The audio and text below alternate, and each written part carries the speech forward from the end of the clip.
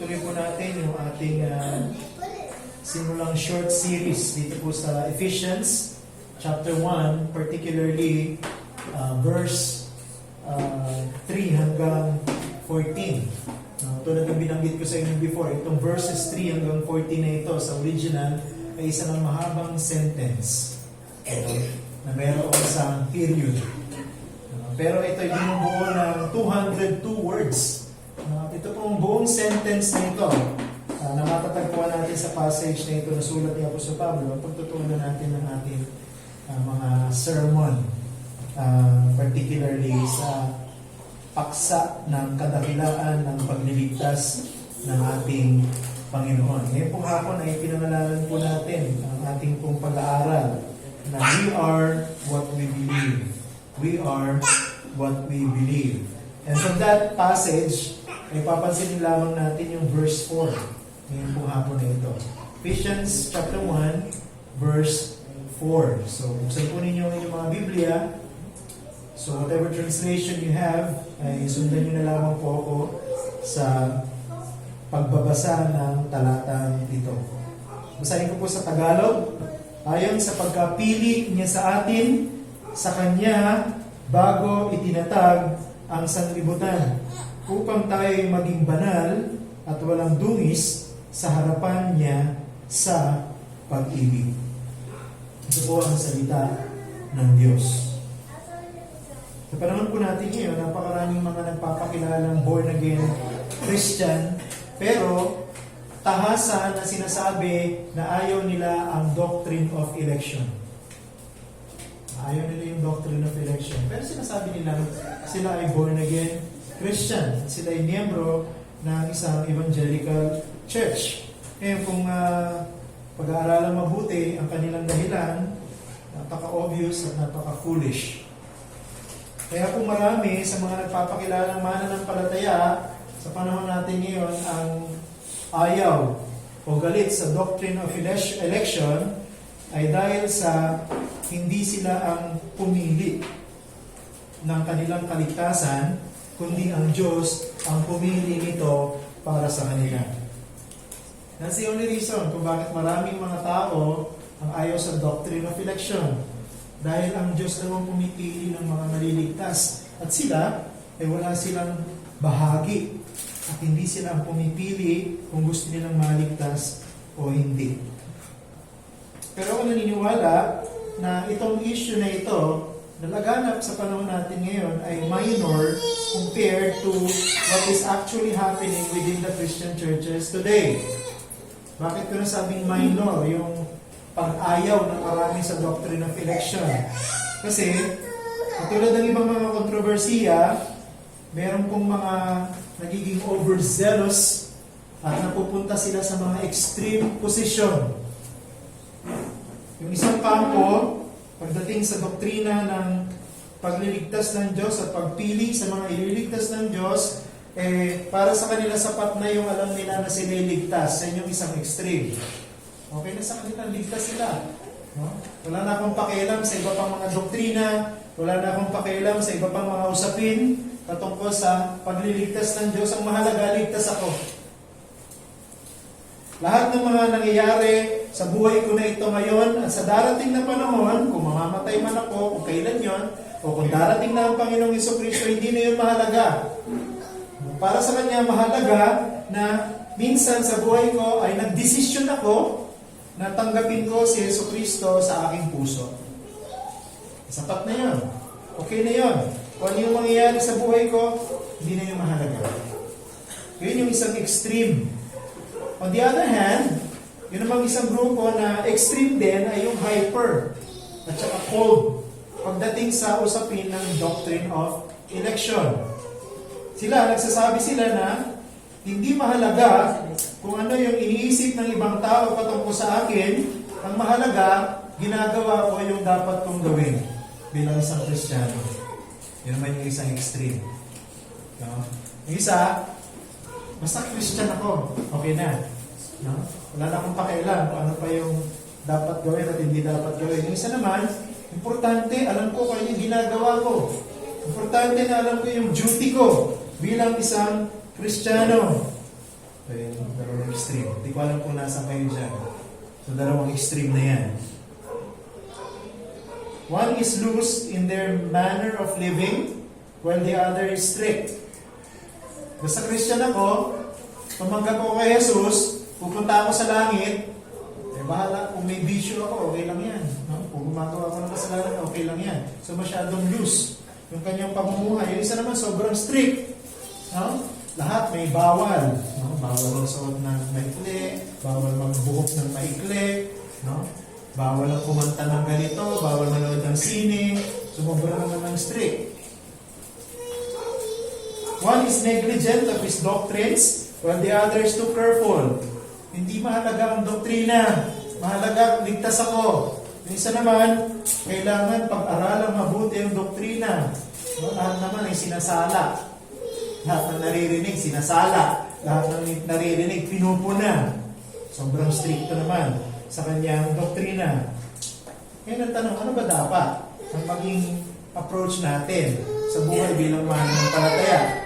Dapat ba nandun tayo sa extreme na sobrang luwag at walang pakialam basta giligtas siya? O doon naman sa sobrang lamig, mahigpit masyado, no? Kailangan alam niyo lahat ng ginagawa, stricto. Ang Biblia, ang itinuturo sa atin, dapat balanse. Dapat gitna lang tayo. No, hindi tayo dun sa sobrang tigpet, hindi tayo sa sobrang luwag. Dapat nandun lang tayo sa gitna. We must have a balanced approach. That is what the Bible is teaching us. Our understanding of theology must be established or stabilized by our performance of duty. Kung ano yung pinag-aaralan mong doktrina o tamang turo, dapat ay binabalanse o pinapatibay ng dapat mong ginagawa bilang isang Kristiyano at bilang miyembro ng isang church. Sa summarize ko po yung pag-uusap natin o pag-uusapan natin ngayong hapon ng ganitong paraan. Unless we strike the balance between what we believe and how we live, we cannot become effective witnesses to this great salvation of God. Kailangan balanse. Kung ano yung nalalaman natin patungkol sa Diyos at kung ano yung paraan ng pamumuhay natin, doon lamang tayo magkakaroon ng pagiging epektibo sa usapin ng kaligtasan ng Diyos. Dalawang bagay po yung gusto kong bigyan ng emphasis. Number one, the privilege of election. And then number two, the purpose of election. So ito po yung dalawang major point na gusto kong tingnan natin dito sa talatang ito, sa talatang 4 ng Ephesians chapter 1. So let's look at the first one, the privilege of election. The privilege of election. Ang kaligtasan po ay libre. Hindi po ito binabayaran. Pero, bagamat ito ay libre, wala po sa atin ang desisyon kung maliligtas tayo o hindi. Ulitin ko po yan, ha? Ang kaligtasan ay libre. Hindi tayo kailangan magbayad para tayo maligtas. Pero, wala po sa atin ang desisyon kung gusto nating maligtas o hindi. Kung gusto po nating pag-usapan ang kaligtasan bilang resulta ng desisyon ng tao, kailangan tayong bumalik sa Genesis chapter 1, 2, and 3. Hindi po sa panahon natin ngayon. Kundi babalik tayo dun sa panahon na ang tao ay wala pang kasalanan at ang tao ay nandun pa sa loob ng hardin ng Eden. Bakit? Sapagkat doon, ang tao, dahil wala pa silang kasalanan, ay may kakayahan na pumili ng tama. At bukod sa sila'y walang kasalanan, sila din naman ay nilagay ng Diyos sa isang kapaligiran na walang kasalanan. Diba? Ang hardin ng Eden ay tinatawag ding templo ng Diyos sapagkat doon ay bumababa ang presensya ng Diyos. Diba? Natatandaan nyo, lumapad ang Diyos sa hardin. Bakit? Sapagkat sa loob ng hardin ay walang kasalanan. At ang naninirahan ng doon ay mga taong walang kasalanan. Kaya kung pag-usapan natin, kailan ba yung panahon na ang tao kaya niyang pumili kung maliligtas siya o hindi? Doon, nung nandun pa sila sa loob ng hardin. Pero ano nangyari sa loob ng hardin? Doon din sa loob ng hardin, gumawa ng mga maling desisyon si Adan at saka si Eva. Nung sila'y wala pang kasalanan, pumili sila. Kaya lang anong ginawa nilang pagpili? Pinili nila na talikuran ng Diyos at kasama na rin nun, pinili nilang tanggihan ng kaligtasan. Binigyan sila ng Diyos ng pagkakataon na patunayan ang kanilang mga sarili sa pamamagitan ng pagbibigay sa kanila ng simpleng utos. Huwag mong kakainin ang bunga ng puno na nasa gitna ng hardin. Simpleng utos. Kung kung nagtagumpay sila na sundin ang utos na yun ng Diyos, nabigyan sana sila ng pagkakataon na kumain ng mas magandang bunga. Alam niyo kung ano yung bunga na yun? Yung bunga ng puno na nagbibigay ng buhay na walang hanggan. Meron ganung puno sa loob ng hardin. At yun sana ang gusto ng Diyos na ipakain sa kanila. Kaya lang ang pinili nila, kainin yung bunga ng puno na ipinagbawal ng Diyos sa kanila. Malaya ang taong pumili noon dahil wala silang kasalanan. Kaya lang, mas naniwala sila sa sinasabi ng serpente at dahil doon, nabigo sila sa pagsubok na ibinigay sa kanila ng Diyos. They were tested. Kaya nga si Adam yung unang representative ng tao. Dahil siya yung unang pumili kung anong magiging kalagayan ng tao sa harapan ng Diyos. Kaya lang nabigo siya. Kaya kasama sa pagkabigo ni Adan, lahat ng tao sa mata ng Diyos, itinuring na makasalanan. They lost the only opportunity para tanggapin nila yung kaligtasan. Dahil pinili nila ang magrebelde sa Diyos. Ngayon, sa labas ng hardin, ang tao, pwede pa rin silang maligtas. Diba naliligtas pa rin ang tao ngayon? Kaya lang, ang tao ay hindi na po naliligtas ng Diyos ngayon dahil pinipili niyang maligtas. Ang isa sa mga matinding komplikasyon ng kasalanan sa tao, yung kanilang puso hindi na gusto ang maligtas sila ng Diyos. Kapag ang kanilang puso ay makasalanan, mas pinipili ng mga tao ngayon sa labas ng hardin ng Eden na labanan ng Diyos. Takbuhan ng Diyos. Maging kaaway ng Diyos. In order for sinners sa panahon natin ngayon to be saved, kailangan merong ibang pumili para sa kanila. Pero kailangan ibang magdesisyon para sa kanilang kaligtasan. At dito po sa talatang 4, pinapakita sa atin kung sino ang nagdesisyon para ang mga makasalanan maligtas.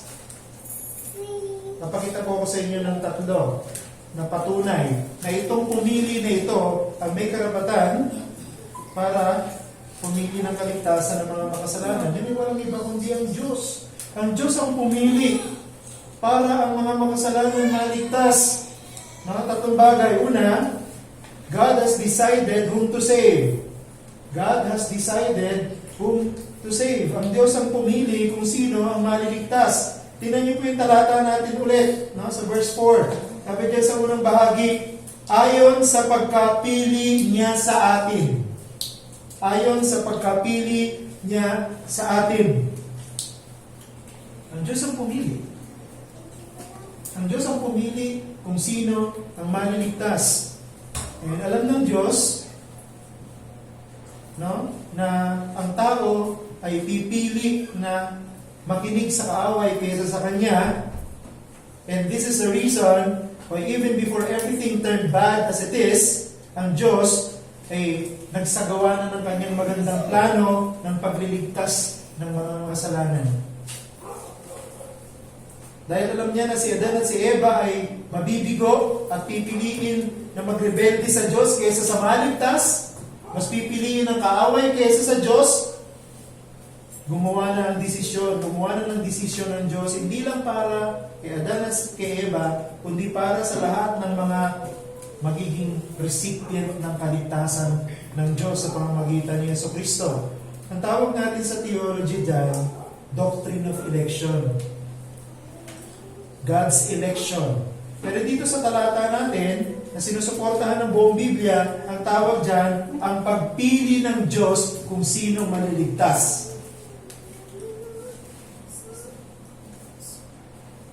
Yes, salvation is God's decision and not our decision. Malaya ang tao, pero ang kalayaan ng tao ay hindi niya ginagamit para piliin ang kaligtasan. Ang kalayaan ng tao ay ginagamit niya para labanan ng Diyos. Ang kaligtasan walang bayad, libre. Pero, kung tatanungin natin, sino nga ba ang malaya para pumili ng kaligtasan? Isa lang ang malaya para pumili ng kaligtasan ng mga makasalanan. Ang Diyos. Ang Diyos lang ang malaya na pumili kung sino ang maliligtas. At ang totoo niyan, pumili na ng Diyos. Pumili na ang Diyos kung sino ang mga maliligtas. Kaya po yung katuruan na lumalaganap ngayon na isang kamangmangan na tinuturo na ipinipilit na ang tao ang pipili kung gusto niyang maligtas o hindi. Ginawa na ng Diyos, ayon sa kanila, ang lahat ng kailangan para maligtas sa mga makasalanan. Nasa iyo na ngayon ang pagpapasya kung gusto mong maligtas o hindi. Yung po'y kahangalan. Yung po'y kasinungalingan. Nagpapatuloy lamang po ito na ang mga taong nagtuturo nito ay mayroong zero understanding of the depravity of man. Wala silang kaalam-alam patungkol sa epekto ng kasalanan sa mga tao. Malaya ang tao. Pinaparatahan kasi nila ang Reformed theology na hindi daw tayo nagtuturo ng free will.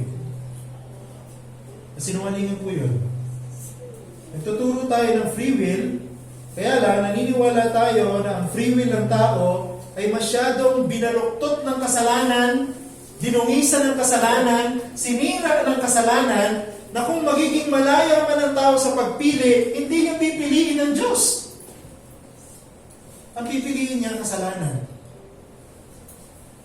Malaya ang tao. Ang hindi naman po robot ang tao para utusan lamang ng Diyos kung ano dapat at hindi dapat gawin. Malaya ang tao. Kaya niya pumili. May free will ang tao. Kaya lang, dahil sa matinding epekto ng kasalanan, hindi kayang piliin ng tao ang Diyos.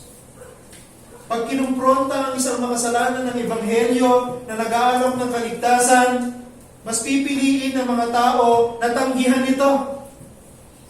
Bakit? Sapagkat ang kanilang kalikasan ay laban sa kalooban ng Diyos. Ano sabi ni Apostol Pablo sa Roma, Kabanatang 8, talatang 7? Sapagkat ang kaisipan ng laman ay pagkapuot laban sa Diyos, sapagkat hindi ito nagpapasakop sa kautusan ng Diyos ni hindi nga maaari. Yun ang tao sa kanyang kasalanan. Yun ang tao walang kaugnayan kay Kristo. Yun ang tao hindi born again. Lumalaban siya sa kalooban ng Diyos. Napupuot siya sa Diyos. Kaya kung sasabihin sa mga taong katulad dito, anong pipiliin mo? Maligtas o hindi? Pipiliin nila, ayaw nila maligtas. Dahil ayaw nila sa Diyos. Ang tao, meron siyang kakayahang pumili, pero laging ang pagpili niya, laban sa kagustuhan ng Diyos na siya'y maligtas. Kaya hindi natin nahayaan ang isang tao na pumili kung siya'y maliligtas o hindi. Napagkatalam na agad natin kung ano magiging resulta, hindi niya pipiliing maligtas. Kaya ang tanong, anong pag-asa sa mga makasalanan na katulad dito? Anong sagot sa atin ng Apostol Pablo? Ang Diyos mismo ang pumili kung sino ang maliligtas. Pangalawa, God has decided to save us before creation.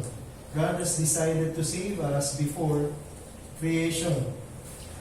Ang kaligtasan ng mga makasalanan ay hindi po isang bagay na naisip lang ng Diyos pagkatapos ng maraming bagay na nangyari. Hindi po afterthought ang kaligtasan ng mga makasalanan katulad natin. Ito po ay masusing pinlano ng Diyos. Before everything ever existed, bago pa nilikha ang lahat ng mga bagay. Anong sabi ito sa talata natin? Ayon sa pagkapili niya sa atin sa Kanya, bago itinatag ang sanglibutan. So hindi po naisipan lang ng Diyos magligtas. Pinlano niya na magligtas ng mga makasalanan na katulad natin bago pa nilikha ang mundo na ito. At ito ay isa sa mga dahilan kung bakit naniniwala tayo na ang kaligtasan ay hindi po gantimpala sa kasipagan ng tao. Ang kaligtasan ay hindi bunga ng galing ng tao. Bakit? Sapagkat ang tao, wala naman siyang karapatan na siya iligtas ng Diyos. Besides the fact na alam ng Diyos, bago pa man likhain ang lahat ng bagay, na ang tao ay mahuhulog sa kasalanan, gumawa na rin siya ng desisyon kung paano yung mga mahuhulog sa kasalanan, ililigtas niya, aangkinin niyang muli, bago pa sila nilikha. Kaya pwede pong sabihin na wala talagang taong pwedeng magmalaki na kaya ako niligtas ng Diyos kasi mas mabuti ako kaysa sa iba. Bakit? Kapag pumili ang Diyos ng ililigtas niya bago palikhain ang mundo, kung saan wala pang tao. Wala pang pwedeng magmalaki, wala pang nagagawa yung tao. Kaya hindi niya pwedeng sabihin, kaya ako pinili ng Diyos kasi ako ang pinakamatalino sa lahat. Kaya ako pinili ng Diyos kasi ako ang pinakamabuti sa lahat. Pumili ang Diyos bago pa nagkaroon ng tao. Salvation is made possible for sinners because God was gracious and merciful. Kung meron ng dahilan ang pagpili ng Diyos, bago pa manilikha ang lahat, sarili niya ang dahilan. Dahil naawa siya sa mga makasalanan. Dahil mabiyayang Diyos siya. Eh wala na po ibang pagpapaliwanag ang binigay sa atin sa Biblia maliban dito. At nakita natin si Apostol Pablo doon sa susunod na chapter. Ephesians chapter 2, kung pamilyar kayo dyan, verse 4 and verse 5, ganito na nasulat, ngunit ang Diyos palibhasa ay mayaman sa awa dahil sa kanyang malaking pag-ibig sa atin, maging noong tayo mga patay sa pamamagitan ng ating pagsuway, binuhay niya tayo kay Kristo sa pamamagitan ng biyaya, kayo'y naligtas. Anong binigay ng Diyos na dahilan kung bakit nagliligtas siya ngayon ng mga makasalanan? Dahil siya'y naawa, dahil siya'y mayaman sa awa, at dahil nagligtas siya sa pamamagitan ng biyaya lamang. Kaya purihin natin ang Diyos, sapagkat hindi niya pinahintulutan na tayo ang pumili kung maliligtas tayo o hindi. Bakit? Kasi kung tayo ang pipili, kung maliligtas tayo o hindi, walang maliligtas. Dahil pinipili lahat ng tao, labanan ng Diyos. Dahil ayaw nila sa Diyos. Purihin natin ang Diyos sapagkat siya ang nagkusa. Siya ang nauna na gumawa ng hakbang para magligtas ng mga makasalanan walang karapatan. Purihin natin ang Diyos sapagkat ang ating kaligtasan ay tinanggap natin na permanente, hindi pansamantalang kaligtasan. Bakit ko nasabing permanente? Dahil kung pumili ang Diyos kung sinong maliligtas, bago pa niya nilikha ang mundo, ibig sabihin pumili ang Diyos mula sa walang hanggan, at yung kaligtasan ibibigay niya sa mga makasalanan ay pang walang hanggan. God chose from eternity, and that salvation that we will receive, or that we receive, is for eternity. Di ba? Ang dami dahilan ng pagpapasalamat. Dahil sa pagliligtas ng Diyos sa atin. Pangatlo, God has decided to save us in Christ. God has decided to save us in Christ. Paborito ni Paul yung phrase na in Christ. Kung pabasahin yung mga sulat niya po sa Pablo, lagi niyang ginagamit yung kay Kristo. Dito po sa passage natin, verse 4, in Him yung ginamit. Sa Kanya. Pinili tayo ng Diyos sa Kanya. Ang tinutukoy si Kristo. In Christ. bago pa nilikha ang sanlibutan. Hindi lang po nagkusa ang Diyos ng magligtas bago pa malalang ang lahat ng bagay, kundi ang Diyos din mismo ang gumawa ng paraan para maligtas tayo. At ano yung pamamaraan ng pagliligtas ng Diyos? Kay Kristo Jesus. Sa pamamagitan ni Kristo Jesus. Kaya po yung mga makasalanan, naliligtas po ngayon dahil ang Diyos Ama natin, nagpasya siya dahil siya'y maawain at dahil siya'y mayaman sa biyaya na magligtas alang-alang sa kanyang anak na si Jesucristo. Kaya ito pa isang dahilan, kaya wala tayong pwedeng ipagmalaki kung naligtas tayo. Dahil kung naligtas man tayo, bukod sa nagpasya ang Diyos na iligtas tayo, ang Diyos ay nagpasya na iligtas tayo dahil kay Kristo. Hindi dahil sa atin. Dahil sa kanyang anak na si Jesucristo. Anong ibig sabihin yan? Tayo po talaga ay walang karapatan na maligtas. Diba sabi sa Biblia rin ano bang dapat ginagawa sa mga napatunayang may kasalanan? Diba dapat silang parusahan? At kung ikaw ay may dapat parusahan, hindi ka dapat pawalang sala. No? Kasi kung sino may kasalanan, ang karapat dapat na tanggapin niya, parusa. So kung dadalhin natin yung katotohanan na yun sa kalagayan natin bilang mga makasalanan, tayong lahat guilty. Pero dapat natin tanggapin, parusa. Pero bakit nagliligtas ang Diyos? Nagliligtas ang Diyos, nagpapala siya ng kaligtasan sa mga rebelding katulad natin, alang-alang kay Kristo na tumayo bilang kahalili natin. Ang Panginoon ang tumayong pangalawang Adan. Diba kanina binanggit ko, yung unang Adan sa Hardin ng Eden, nabigo siya sa pagsubok na binigay sa kanya ng Diyos. Ano ba yung pagsubok ng Diyos sa kanya? Ang requirement ng Diyos, simple lang, sundin mo yung utos ko. Hindi ginawa niya Adan. Simple nga lang yung utos Huwag mong kainin yung bunga. Nahulog pa si Adan, saka si Eva, sa kasalanan. Ngayon may pangalawa at huling Adan. Sino yun? Si Jesus. At si Jesus ngayon, ang tumayo na ating pangalawang representative. Pero pansinin nyo, ang Panginoong Jesucristo, nung siya ay tinukso, nung siya ay nagkatawang tao, siya ay nasa mundong makasalanan. Si Adan nasa Hardin ng Eden na walang kasalanan. Pero ang Panginoong Jesucristo, nung siya ay nagkatawang tao at nabuhay sa ibabaw ng mundong makasalanan, hindi siya nagkasala kahit minsan.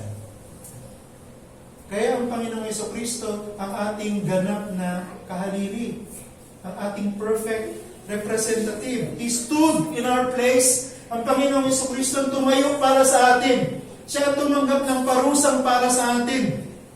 Siya ang namatay para sa atin.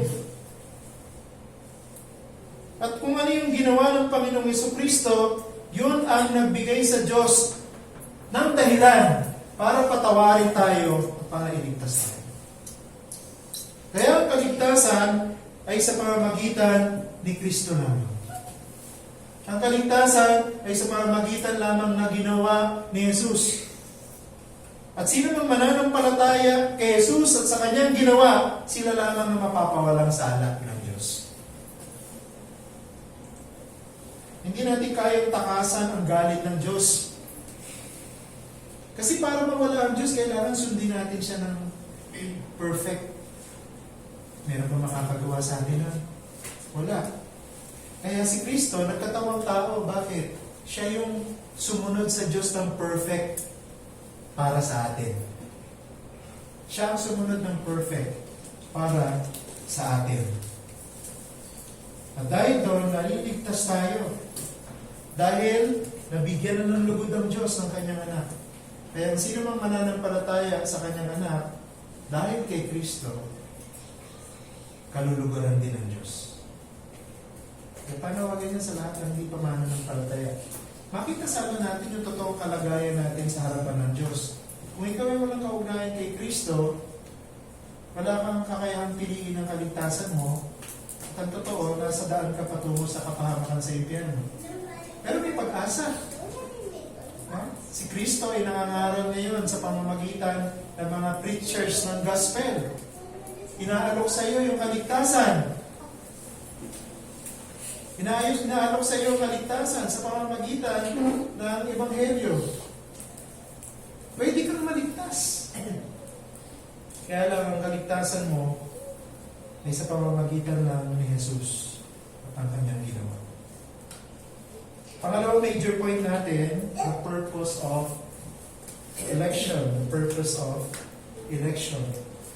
Meron pong isang commentator ng Book of Ephesians ang nagsabi ng ganito: election does bring privilege, but it also carries with it responsibility.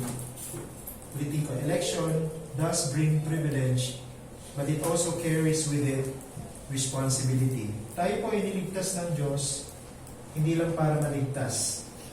Tayo po iniligtas ng Diyos para gawin yung gusto niya. May purpose ang Diyos. At dahil ang kaligtasan natin ay masusing pinlano ng Diyos, pero hindi magandang dahilan kung bakit niligtas niya tayo. Totoong turning point ng redemption ay yung namatay si Jesus sa cross, pero hindi doon nagsimula ang lahat. Doon sa Genesis chapter 3, doon nagsimula ang lahat ng plano ng Diyos para iligtas sa mga makasalanan. Sabi sa Genesis 3:15, maglalagay ako sa iyo at sa babae ng pagkapot sa isa't isa at sa iyong binhi at sa kanyang binhi. Ito ang dudurog sa iyong ulo at ikaw ang dudurog ng kanyang sakong. Ibig sabihin nito, nung nagsimulang pumasok ang kasalanan sa mundo at wasakin ng tao at ang mundo na ito, nagsimula na rin pong mag-operate yung biyaya ng Diyos. No? Nung nahulog yung tao sa kasalanan, nagsimula na rin sa katuparan ng Diyos yung plano niya para iligtas yung mga makasalanan. Maaring mapanira ang kasalanan, pero ang biyaya nagre-restore. Maaring ang kasalanan ay nanghahatol o nagiging dahilan ng ating pagkahatol, pero ang biyaya nagliligtas at tumutubos sa atin. Diyos lamang ang pwede magligtas. Pero, ang mga niligtas ng Diyos, meron silang dapat gawin. Dalawang bagay po yan. Una, God saved us to be holy. God saved us to be holy. Tignan niyo po yung passage natin. Sabi niyan, upang tayo ay maging banal at walang dungis. Tayo po'y pinili ng Diyos upang maligtas sa kadahilanan na gusto niya tayo maging banal at walang dungis. Eh, meron pong dalawang sense yung salitang banal at walang dungis sa Bible. No? Yung pong isa, ang ibig pong sabihin niyan ay ethical purity. Ibig sabihin, pagka naging Christian ka, nagsisimula nang magbago yung buhay mo. Nagsisimula ka nang maging banal. Pero meron din tinatawag na not yet part, no? Ito po yung moral perfection. Yung mga Christian na ngayon ay nabubuhay na may kabanalan, darating yung panahon, magiging kumpleto yung kanilang kabanalan. Pagka nawala na yung kasalanan. Pagka namatay na sila dito sa mundo na ito, dalhin sila sa langit.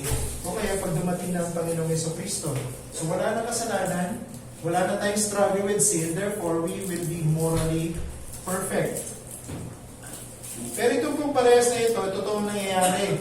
Totoo ngayon, dapat ang mga Kristiyano nabubuhay ng may kabanalan. Niligtas tayo ng Diyos para mabuhay ng may kabanalan. At darating yung panahon, yung mga nabubuhay ng may kabanalan ngayon, ay mabubuhay ng ganap na banal sa harapan ng Diyos. So ano magiging epekto nito? Kung ikaw ay ligtas na, no, dapat nabubuhay ka ngayon ayon sa kaligtasang tinanggap mo. Ano ba yun? Kung ligtas ka na ngayon, dapat yung buhay mo ay nagpapatunay na ligtas ka.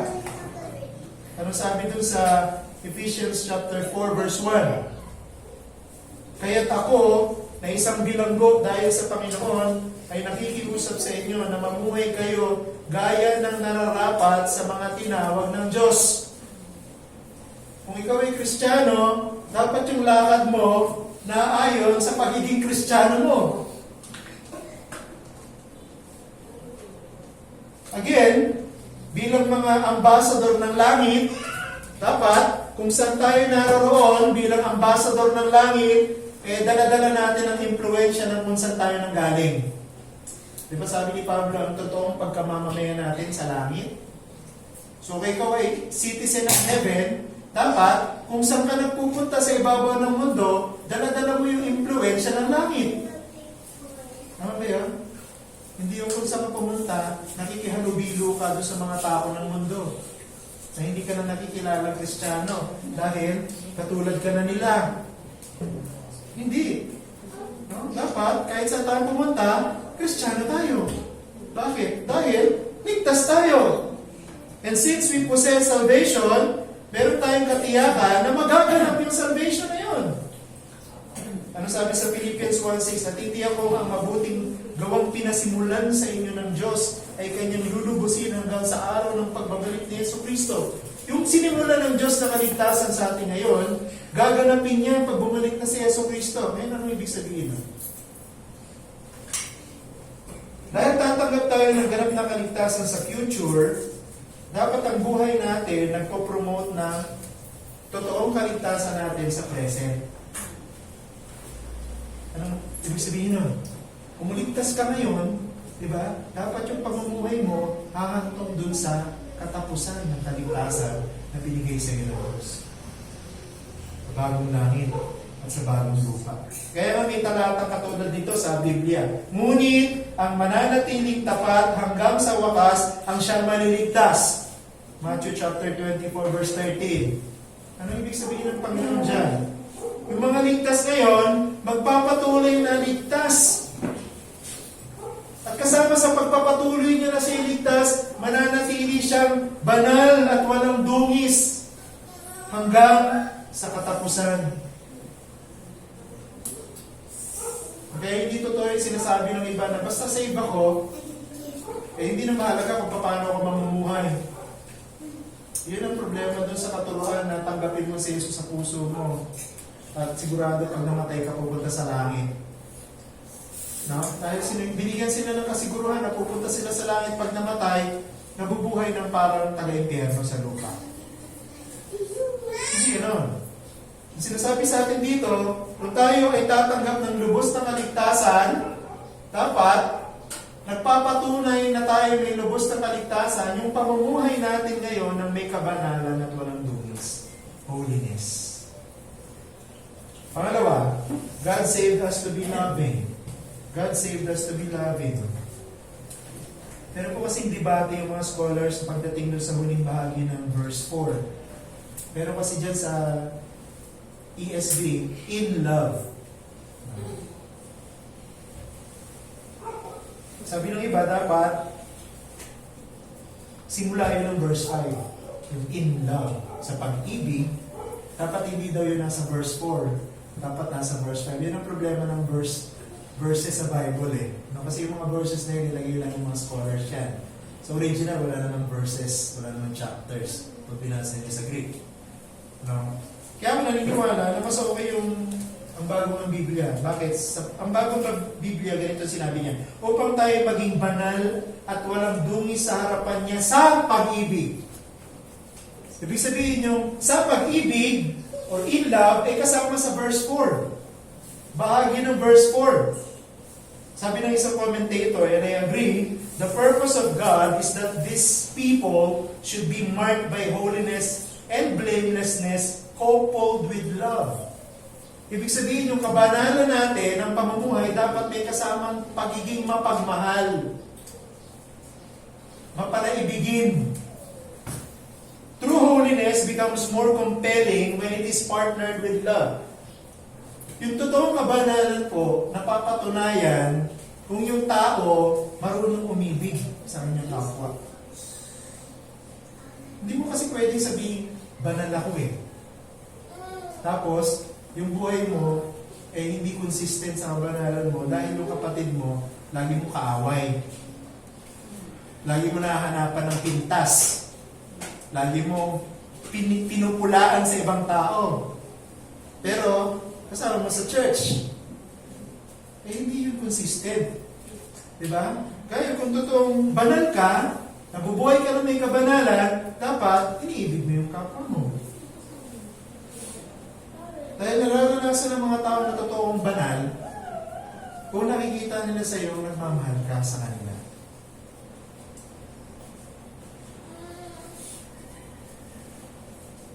Yung pong unang dakilang utos, ibigin mo ang Diyos ng iyong buong puso, ng iyong buong pag-iisip, ng iyong buong kaluluwa. Tama yun ang una. Pero ang pinakadakilang utos, yan ay nagre-resulta ng kabanalan sa atin. Habang yung pangalawang dakilang utos, ano yun? Ibigin mo ang iyong kapwa katulad ng pag-ibig mo sa iyong sarili, nagpapatunay na banal ka. Yung isa, nagiging paraan para maging banal ka. Yung isa, nagpapatunay na banal ka. Kung iniibig mo ang iyong kapwa. Let me add another important reminder on top of this. Being saved is not only a personal matter but a public matter. Kasi maraming Kristiyano, para sa kanila yung usapin ng salvation, ano yan? Pang-private lang yan. Tayo-tayo na lang mag-usap. Mga friends. Huwag na natin isama yung iba. Huwag na natin isama yung mga hindi Christian. Huwag na natin isama yung ibang members sa church. Basta tayo-tayo ng mga close friends ang nag-uusap patungkol sa salvation natin. Private. Pero hindi naniniwala lang ganoon eh. Dapat ang salvation, hindi lang pang-personal yan. Dapat ang salvation, pang-publiko din. Sabi ng isang author, a life before God which is holy and blameless and lived in love. Meaning, pag tayo ay Kristiyano at pag tayo umiibig, tayo ay Kristiyano at umiibig kahit saan man tayo at kahit ano man yung ginagawa natin. Since tayo ay mga subjects ng King of Love, ni Jesus Christ, so dapat, kahit saan tayo pumunta, nakikita nila yung pagiging subject tayo ni Jesus Christ o yung alipin ni Yesu Cristo. Dahil si Cristo ay pag-ibig, dapat tayong mga alipin ni Cristo, hindi mo ibig. Na namumuhay sa kabanalan. Okay. Kasi yung pong pagsasalita patungkol kay Jesus, hindi po bukas para sa lahat ng tao yun. Yung pong pagsishare ng gospel, hindi mo ipipilit yan eh. Hindi ka umupo ka, makinig ka sa sasabihin ko sa iyo. Hindi gano'n ang evangelism. Ang evangelism, ang Diyos nagbubukas ng opportunity. Minsan, nasa bus ka lang. May katabi ka, tapos nagpapwentuhan kayo. Maya-maya, binubuksan na ng Panginoon yung pagkakataon para share mo sa Kanya yung gospel. Hindi mo siya pinili. No? Dumating yung pagkakataon dahil binigay ng Diyos. Hindi sa lahat ng pagkakataon, meron tayong pagkakataon na ipangaral si Kristo. Pero meron tayong pagkakataon lagi na ibigin yung ating kapwa. Ano ba yun? Hindi mo pipiliin na ito pagkakataon to para ibigin yung kapwa ko. Ito hindi ito pagkakataon para ibigin yung kapwa ko. Meron tayong pagkakataon, lagi tayong may pagkakataon na ibigin yung ating kapwa. Bakit? Dahil sa lagi nating pakikitungo sa kanila at paggawa sa kanila ng mabuti, yun ay pagpapakita ng pag-ibig. Diba, pag mahal mo yung tao, hindi mo siya sasaktan. Pag mahal mo yung tao, tutulungan mo siya, gagawin mo siya ng mabuti. Tutulungan mo siya. Lahat ng pakikitungo natin sa ating kapwa, kung tayo ay marunong magmahal, para sa kabutihan ng pakinabang ng kapwa. Yung mas marami tayong pagkakataon. Kaya kung tayo totoong banal, marunong tayong umili, mas marami tayong pagkakataon para ipakilala si Kristo. Sa pamamagitan ng ating pagmamahal sa kanila. Hindi lang tayo nangangaral ng Ebanghelyo sa pamamagitan ng pananalita. Nangangaral din tayo ng Ebanghelyo sa pamamagitan ng gawa ng Ebanghelyo. Anong gawa ng pag-ibig? Ang gawa ng Ebanghelyo, ang pagkilos ng pag-ibig. Paggawa ng may pag-ibig. Pagsasalita ng may pag-ibig. Kaya tayo niligtas. Hindi lang para maging ligtas. Niligtas tayo para maging banal. Niligtas tayo para umibig sa ating kapwa. Ngayon, anong resulta ng lahat ng ito? Bilang katapusan sa ating pag-aaral ngayon. Anong mga practical na resulta ng lahat ng ito? Una, tayo ng mga naligtas dapat maging humble. Diba naligtas ka, hindi ka naman worthy, pero niligtas ka pa rin ng Panginoon. So dapat maging humble ka. Kaya pagka tinanggap mo yung doctrine of election, dapat huwag kang maging mayabang. Kasi ang ibig sabihin nun, niligtas ka ng Diyos kahit hindi ka karapat-dapat. Pinili ka ng Diyos kahit hindi ka karapat-dapat. So dapat epekto sa iyo, maging humble ka. Maging humble ka sa harapan ng Diyos. Maging humble ka sa kapwa mo. Pangalawa, dapat maging grateful tayo sa lahat ng pagkakataon. Dahil ang lahat ng nangyayari sa buhay natin, biyaya ng Diyos. Dapat maging thankful ka. Pagising lang sa umaga, dapat pinagpapasalamat natin. Diba? Yung pagmulat ng mata mo pag natulog ka sa gabi, hindi naman lahat nagigising kinabukasan. Pero kung nagising tayo, pasalamat tayo sa Panginoon. Biyaya. So dapat, para sa isang Kristiyano, hindi po conditional yung pagiging thankful. Ano ibig sabihin nun? Meron kasing kailangan ganito muna yung mangyari, kailangan ganito yung tanggapin ko, kailangan ganito yung madatnan ko bago ako magpasalamat. May kondisyon. Dapat hindi. Dapat ang magpapasalamat sa isang Kristiyano, natural. Automatic. Diba? Pag prayer meeting, sinabi, mag-share po kayo ng mga ipagpapasalamat ninyo. Dapat hindi na maghihintay ng matagal para makapakinig ng ipagpapasalamat. Bakit? Dahil lagi siyang dapat nagpapasalamat. Uli, dapat sa lahat ng ito, niluluwalhati natin ang Diyos. Niluluwalhati natin ang Diyos. Hindi lang po ang Diyos ang paraan kaya tayo naligtas. Ang Diyos din po ang dapat naluwalhati dahil tayo naligtas. Kung meron man dapat makinabang sa ating kaligtasan, hindi tayo, kundi Diyos. Ano sabi dun sa Psalm 106 verse 8? Gayon may iniligtas niya sila alang-alang sa kanyang pangalan upang kanyang maipakilala ang kanyang malakas na kapangyarihan. Kaya ang Diyos dapat lagi natin luwalhatiin dahil niligtas na tayo. Madalangin po tayo. Kami naman, papasalamat kami sa pag-aaral namin na ito, ng inyong salita. Isang talata lamang ito pero napakayaman sa katotohanan patungkol sa aming kalagayan na sa inyong kayamanan ng awa at biyaya dahil pinili ninyo kung sinong mga maliligtas bago pa man nilikha ang mundo sa pamamagitan ni Jesucristo para ihanda kami sa mabuting layunin ng pagiging banal sa ibabaw ng mundo at pagiging mga taong mapagmahal. Tulungan niyo po kami na yung layunin ng inyong pagliligtas ay maisakatuparan namin bilang isang maliit na church.